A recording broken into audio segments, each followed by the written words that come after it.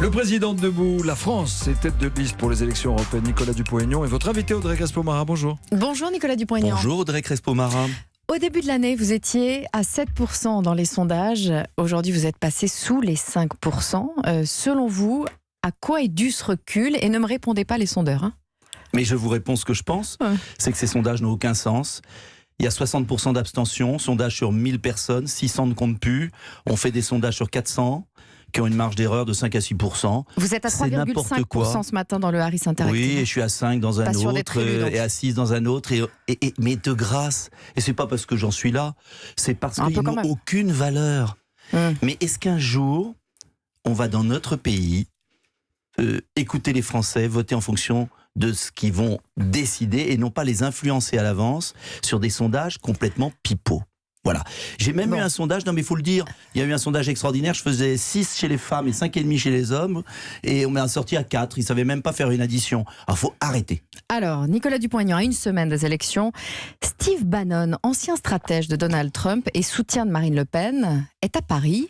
Ne s'agit-il pas d'une ingérence américaine dans une élection française? Il s'agit surtout de l'éternel petit feuilleton dont on nous rebat les oreilles depuis le début des européennes pour refaire le second tour de la présidentielle qui a si bien marché pour Emmanuel Macron sur une élection européenne où ni Macron n'est candidat ni Le Pen.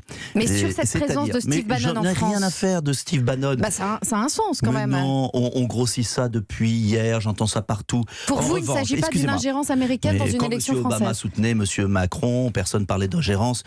Je vais vous dire, ce qui me choque dans cette campagne, l'ingérence, c'est l'ingérence total de deux partis, En Marche et Rassemblement National, qui jouent ensemble pour étouffer le jeu politique, pour créer une espèce de climat malsain, progressiste contre nationaliste, qui étouffe les Français, les écœurs, alors que là, on a un scrutin proportionnel, où les Français, pour la première fois, avec des listes nationales, peuvent voter par adhésion, choisir par adhésion. Il y a l'embarras du choix, il y a des listes pour envoyer des députés sérieux qui font un travail sérieux. Et si on pouvait parler de mon projet ou des autres d'ailleurs sur l'Europe, pour qu'on ait moins de chômage, plus de pouvoir d'achat, moins de division en Europe, peser face à la Chine, c'est tellement plus intéressant que la petite histoire. Monsieur Bannon est au Bristol, j'ai entendu ça tout le week-end, on s'en fout complètement, pardonnez-moi. Vous en foutez? En tout cas, moi, je dépends de personne.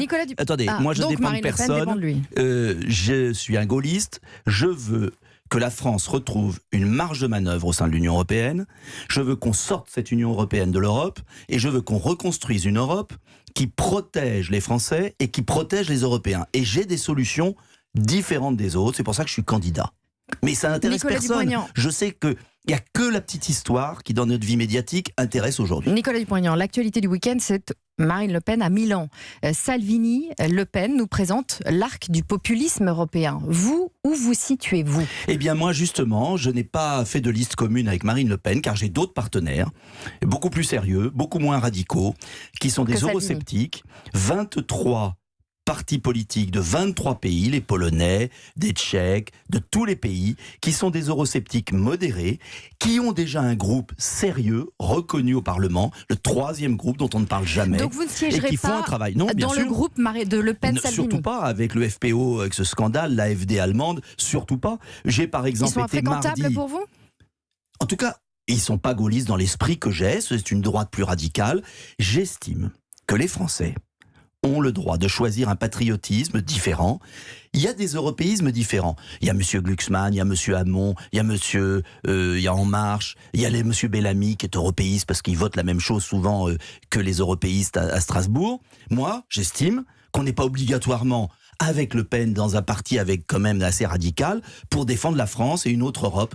Donc je propose aux Français notre liste, qui est une liste avec un projet, des personnalités. Je m'engage moi-même, alors que la plupart des chefs de parti ne s'engagent pas dans cette élection. Je veux aller siéger là-bas, car je pense que les Français doivent être bien représentés avec de l'expérience et qu'on doit renégocier beaucoup de choses, notamment le budget pour rendre l'argent aux Français, les frontières, les travailleurs détachés, que c'est une affaire sérieuse. Nicolas Dupont-Aignan, dans les derniers sondages quand même, la liste de Marine Le Pen arrive en tête devant celle d'Emmanuel Macron. Ça vous fait une consolation? Ça ne veut rien dire puisque c'est une élection à la proportionnelle.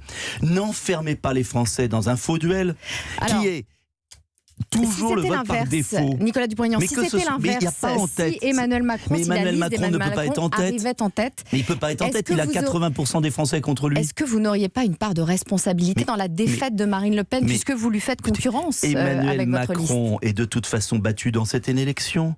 Puisque tous ces... Mais si.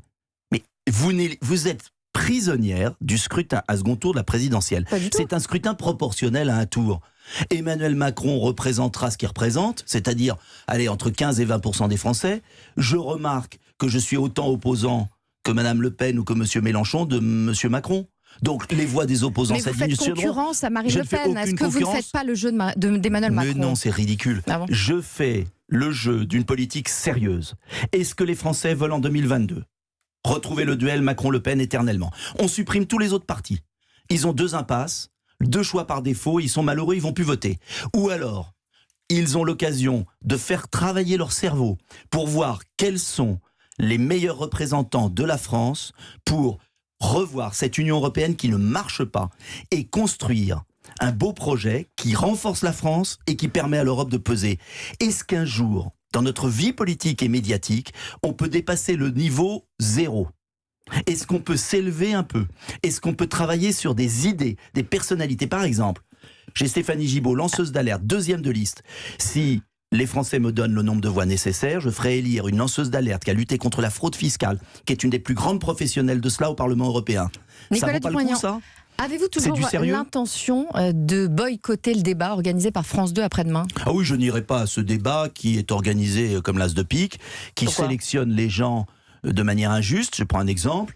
En première partie de soirée, on sélectionne les soi-disant grands. On met le Parti Socialiste, qui a le même niveau dans les sondages que moi. Parce qu'ils tiennent compte des scores aux dernières élections et du nombre d'élus aussi. Exactement le même score. En vérité, c'est manipulé parce que pareil... Ah oui, autre chose très scandaleuse, c'est que les têtes de liste sont cachées. Madame Loiseau n'ira pas, à 4 jours du scrutin. Parce qu'elle est chef de parti aussi. Oui, parce que les chefs de parti vont au secours de leur tête de liste. Monsieur Bellamy sera caché par Monsieur Wauquiez. Vous êtes tête de liste et chef de parti. Monsieur Bardella sera caché par Madame Le Pen. C'est-à-dire qu'on est dans un pays qui se dit démocratique et à 3 jours du scrutin, la principale chaîne publique invite des chefs de parti qui n'iront pas à Strasbourg. Si vous trouvez que c'est sain, moi je suis tête de liste parce que j'estime qu'on a envoyé trop souvent des tocards à Strasbourg, que la France est ridiculisée dans cette assemblée, que la France n'est pas présente. Je souhaite qu'on envoie du sérieux, qu'on envoie des propositions et qu'on règle les problèmes.